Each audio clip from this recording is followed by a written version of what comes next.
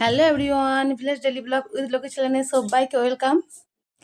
মাসের পরে মাস যায় আর বছরের পরে বছর যায় আর হারিয়ে যায় আমাদের সেই পুরানো নানান রকম স্মৃতি। আর পুরানো স্মৃতিকে ফিরিয়ে আনতে আমি আছি আপনাদের সাথে। এখন তো গ্রীষ্মকাল, আর গ্রীষ্মের সময় তো তালকো তো সবাই খাওয়া হবে। তালকো তো আমরা সবাই খাই, কিন্তু ছোটোবেলা সেই যে তালকো খেয়ে নেওয়ার পরে তালকোর খোলাটাকে দিয়ে যে খেলনা বানানো হয় সেটা আর এখন আর কেউ বোধহয় বানায় না। আমি আমার সোনা মাম্মামকে নিয়ে চলে এসেছি আপনাদের সামনে সেই খেলনাটাকে তুলে ধরার জন্য।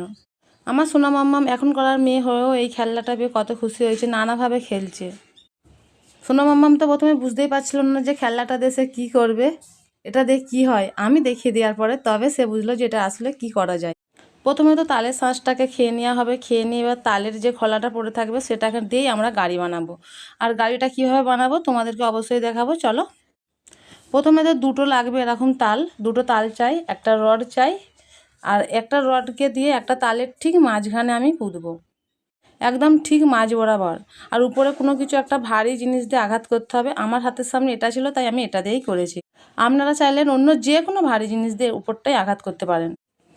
একটা রেডি হয়ে গেলে তারপরে অপর প্রান্তে আরও একটা এরকম গোল রাউন্ড দিতে হবে।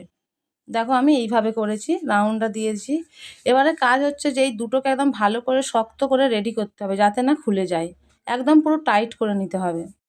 আমরা তো নিত্য নতুন অনেক খেলনাই ব্যবহার করছি, সেই পুরানো দিনের খেলনাটা একবার ব্যবহার করে দেখবেন আর আপনার বাচ্চাকে দেবেন, দিয়ে দেখবেন সে কতটা খুশি হয়।